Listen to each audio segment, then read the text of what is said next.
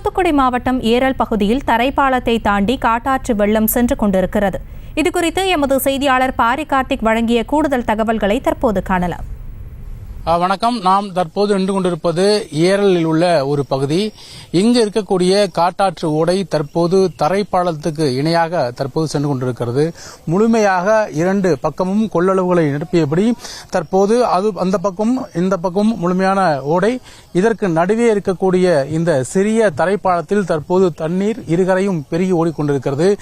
எது பாலம் எது ஆறு என்றே தெரியாத அளவுக்கு தற்போது இந்த பகுதியே இருக்கிறது. இதற்கு பின்னால் நிறைய கிராமங்கள் இருக்கின்றன.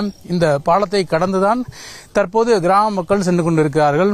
இங்கு இருக்கக்கூடிய பொதுமக்களுக்கு பாலம் என்ன அளவிற்கு இருக்கிறது என்று தெரியும். அதனால் அவர்கள் கீழே விழுவதற்கான வாய்ப்பில்லை. ஆனால் புதிதாக வருபவர்களுக்கு பெரிய அளவுக்கு பாதிப்பை ஏற்படுத்தும். ஏனென்றால் இந்த பக்கமும் முழுமையாக ஆறு ஒரு காட்டாற்று போய்கிட்டு இருக்குது. இதன் அடிப்படையில் தான் நடுவில் இருக்கக்கூடிய இந்த தரைப்பாலமும் இணையாக அதாவது ஒரே ஆறு போல தற்போது பயணித்துக் கொண்டிருக்கிறது. இதை கடந்து நிறைய கிராமங்கள் இருக்கின்றன. எனவே பொதுமக்கள் இந்த ஆபத்தான பயணத்தில் பயணித்துதான் தற்போது அந்த கிராமங்களுக்கு செல்ல வேண்டிய முழுமையாகவே ஏரல் தாலுகாவுக்குட்பட்ட பல்வேறு பகுதிகள் இதே போலதான் காட்சியளித்துக் கொண்டிருக்கின்றன. கனமழையின் காரணமாக பொதுமக்களுடைய இயல்பு வாழ்க்கை இந்த பகுதியில் ஏரல் முழுக்கவே பல்வேறு இடங்களில் பாதிப்பு அடைந்திருக்கிறது. செய்திகளை உடனுக்குடனும் துல்லியமாகவும் தெரிந்து கொள்ள சப்ஸ்கிரைப் பண்ணுங்க.